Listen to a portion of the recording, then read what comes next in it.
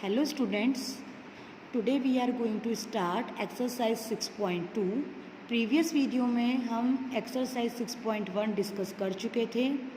I hope आपको अच्छे से सारे क्वेश्चन समझ में आ गए होंगे, प्रॉपर्टीज़ समझ में आ गई होगी. अब हम स्टार्ट करेंगे exercise 6.2 question number first.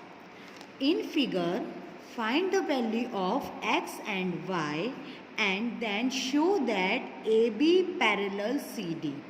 Question में हमें बोला है कि एक डायग्राम है जिसमें हमें x और y की वैल्यू फाइंड करना है और साथ ही साथ हमें ये भी शो करना है कि जो AB लाइन है वो CD के क्या है, पैरेलल है.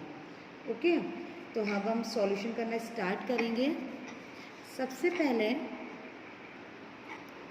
सॉल्यूशन में सबसे पहले हम डायग्राम में देखेंगे हमें x और y की वैल्यू फाइंड करना है.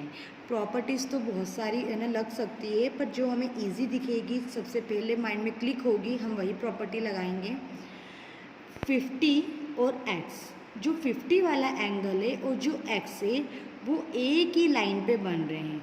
तो जब एक ही लाइन पे दो या दो से ज़्यादा एंगल बनते हैं तो उन एंगल का सम होता है 180 डिग्री और उसे हम क्या बोलते हैं, लीनियर पेयर एंगल.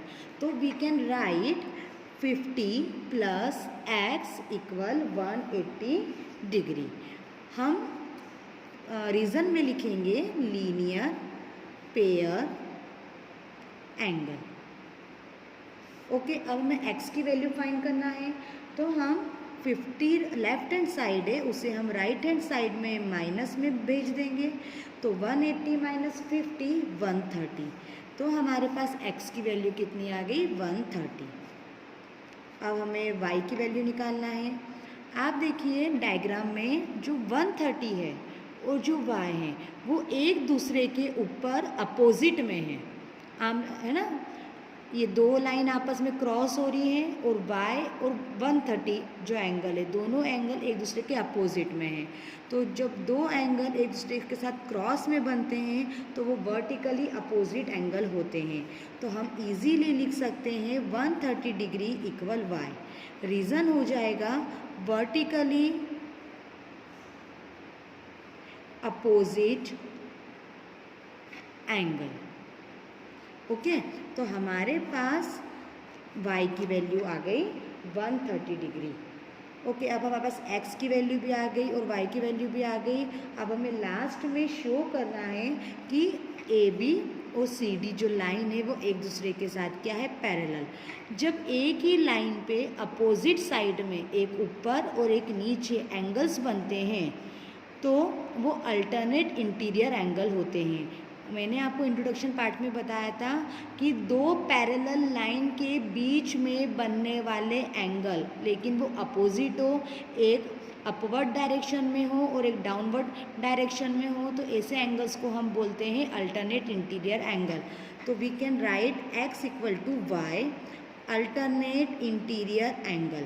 और अल्टरनेट इंटीरियर एंगल हमेशा दो पैरेलल लाइन के बीच में बनते हैं.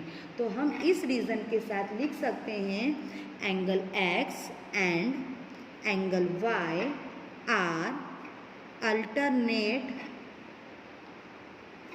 Interior angle and are equal. Okay, तो यहाँ पे हमारा ये क्वेश्चन नंबर फर्स्ट फिनिश हो गया. अब हम आते हैं क्वेश्चन नंबर सेकंड पे. Question number second, in figure if AB parallel CD, CD parallel EF and Y ratio Z equal 3:7 find x. Question में हमें बोला है कि एक फिगर है जिसमें AB पैरेलल है CD के और CD भी क्या है, पैरेलल है EF के. तो अगर AB पैरेलल है CD के, CD पैरेलल है EF के, तो हम इजीली बोल सकते हैं कि AB भी पैरेलल होगा EF के. और हमें क्वेश्चन में बोला है कि जो Y रेशो Z है उसकी वैल्यू क्या है, 3:7. तो जो x है उसकी वैल्यू हमें फाइंड करनी है. तो सबसे पहले हम गिवन में लिख देंगे गिवन में हमें क्या क्या बोला है, A B parallel C D है, O C D parallel E F है। जब A B parallel C D है और C D parallel E F है तो A B parallel E F हो जाएगा। तो we can write A B parallel E F. Okay, और हमें वैल्यू दी थी y रेशो z की 3:7।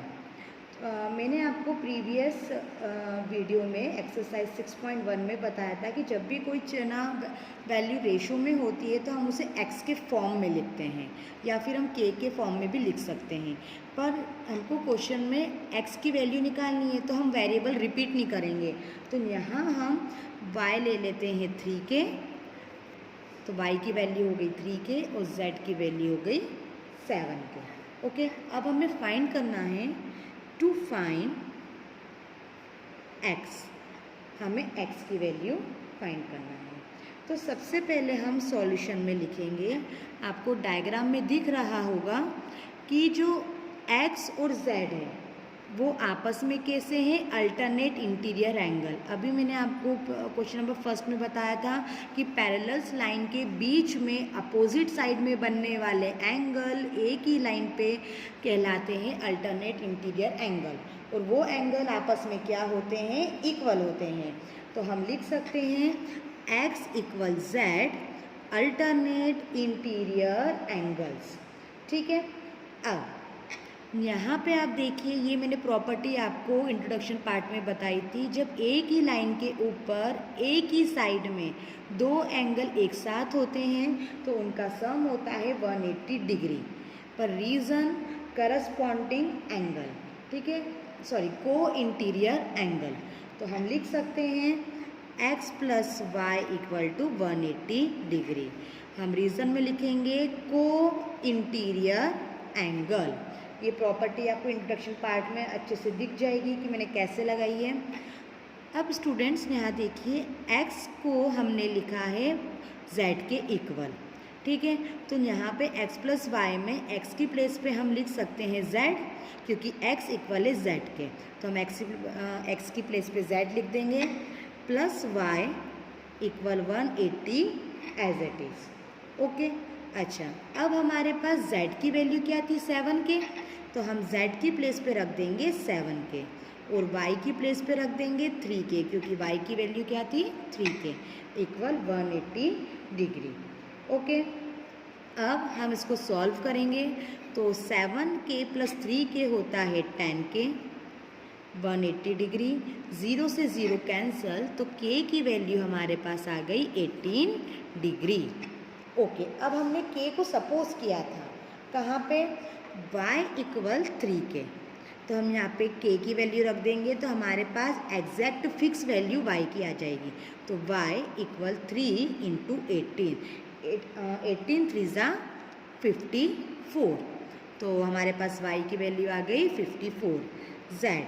z को हमने लिया था 7k, तो z = 7 × 18 डिग्री, तो 7 × 18 126 डिग्री। बट हमें y और z की वैल्यू है ना नहीं चाहिए थी, हमें x की चाहिए थी। तो आप देखिए, हमने सॉल्यूशन की फर्स्ट स्टेप में देखा था कि x जो है वो z के इक्वल है, तो x = z है, तो z की वैल्यू क्या आ गई, 126 डिग्री, तो x की वैल्यू भी क्या होगी, 126 डिग्री। तो यहाँ पे हमारा क्वेश्चन नंबर 2 भी फिनिश होता है। Now question number 3, in figure if AB parallel CD, EF perpendicular CD and angle GED = 126 degree, find angle AGE, angle GEF and angle FGE। Question number 3 में हमें बोला गया है कि एक डायग्राम है जिसमें AB जो है वो पैरेलल है CD के, और इसमें जो EF है वो परपेंडिकुलर है CD पर। ओके, और हमें बोल के रखा है कि जो GED है मीन्स GED डी, ये पूरा कंप्लीट एंगल वो कितने का है 126 डिग्री। अच्छा स्टूडेंट्स, जो ई एफ है वो परपेंडिकुलर है सी डी पे, तो परपेंडिकुलर होता है तो वो क्या होता है 90 डिग्री का। तो हमने 90 डिग्री का सिंबल लगा दिया। फाइंड क्या करना है, ए जी ई, हमें ए जी ई फाइंड करना है। तो हम एक काम करते हैं, इसको हम दे देते हैं एंगल 1, ठीक है। अब angle G E F find करना है। जी ई एफ मीन्स ये छोटा सा एंगल, तो हम इसको 2 ले लेते हैं। लास्ट हमें फाइंड करना है angle F G E, F G E means ये वाला एंगल, तो ये कितना हम मान लेते हैं एंगल 3। अगर हम कुछ सिम्बॉल्स मान लें तो हमारे लिए क्वेश्चन सॉल्व करना इजी हो जाता है, क्योंकि कुछ स्टूडेंट्स ये इस टाइप के नाम से ही कंफ्यूज हो जाते हैं कि what is this angle A G E F, ऐसे कंफ्यूज हो जाते हैं। तो हमने क्या करा, इन नाम को हमने एंगल 1 2 3 मान लिया। ओके, तो सबसे पहले हम गिवन में लिखते हैं कि हमारे पास क्या क्या है। ओके, हमें बोला था कि A B parallel C D है और ई एफ जो है वो परपेंडिकुलर है सी डी पर, और हमारे पास एक एंगल है जी ई डी 126 डिग्री हमें फाइंड करना है। तो to find angle A G E, तो angle A G E means हमें एंगल 1 फाइंड करना है।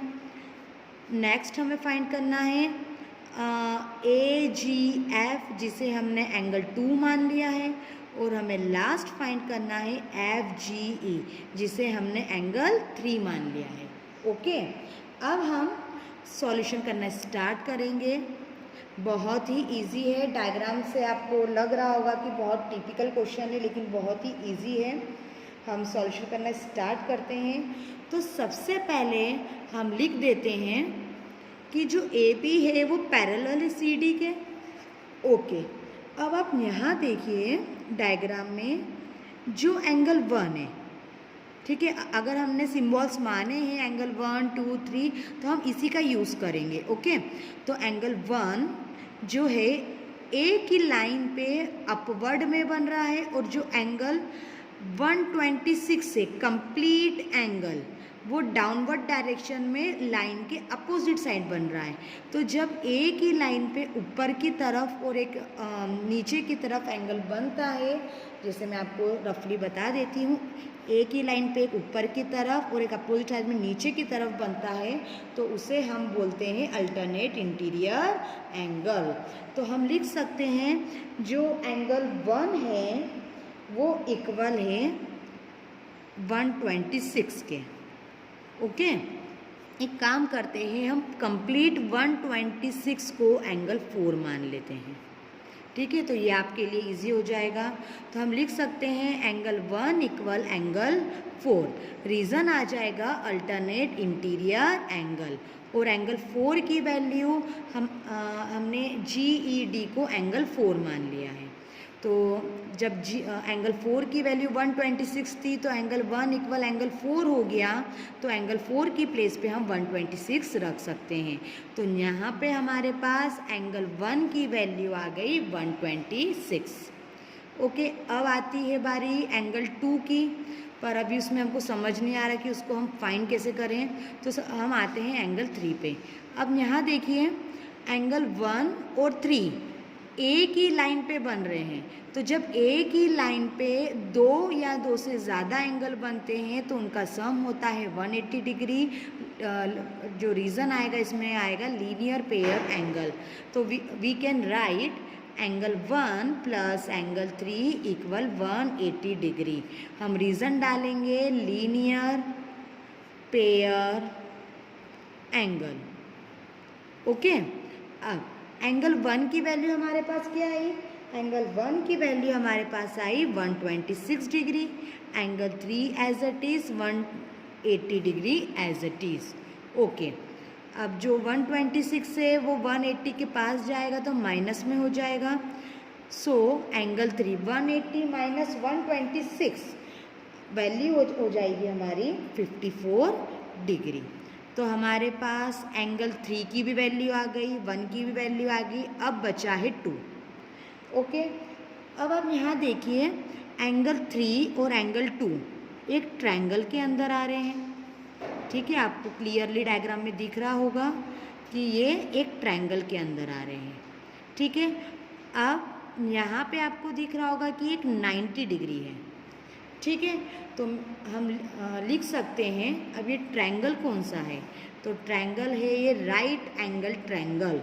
ओके, तो हम यहाँ पे लिख सकते हैं इन ट्रायंगल GFE, GFE दोनों ये ट्रायंगल के अंदर 3 एंगल है, एंगल 3, एंगल 2 और एक 90। ट्रायंगल के तीनों एंगल का सम होता है 180 डिग्री।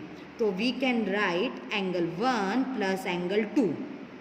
यहाँ पे नहीं 3 आएगा, यहाँ पे मैं 3 लिख देती हूँ। एंगल 3 प्लस एंगल 2 और थर्ड एंगल कौन सा है 90, तो प्लस 90 डिग्री 180 डिग्री। ओके, ये एंगल सम प्रॉपर्टी की हेल्प से आएगा, एंगल सम प्रॉपर्टी की हेल्प से। आपको दिख रहा होगा ना, ये एक ट्रायंगल है, ट्रायंगल के अंदर 3 एंगल है 2, 3, 4। हमें 2 की वैल्यू निकालना है, तो एक एंगल हमारे पास 3 की वैल्यू आ चुकी है और एक 90 है, तो हम इजीली निकाल सकते हैं। एंगल 3 की वैल्यू हमारे पास आई है 54 degree, angle 2 as it is plus 90 degree as it is, 180 degree as it is. Okay, अब सो हम 54 प्लस 90 डिग्री करेंगे तो 144 डिग्री आ जाएगा, plus angle 2 as it is 180 degree as it is. अब 144 डिग्री जो है वो 180 के पास जाएगा तो माइनस में हो जाएगा। ठीक है, 180 माइनस 144 36 डिग्री। ओके, तो यहाँ पे हमारे पास एंगल 2 की वैल्यू भी आ गई।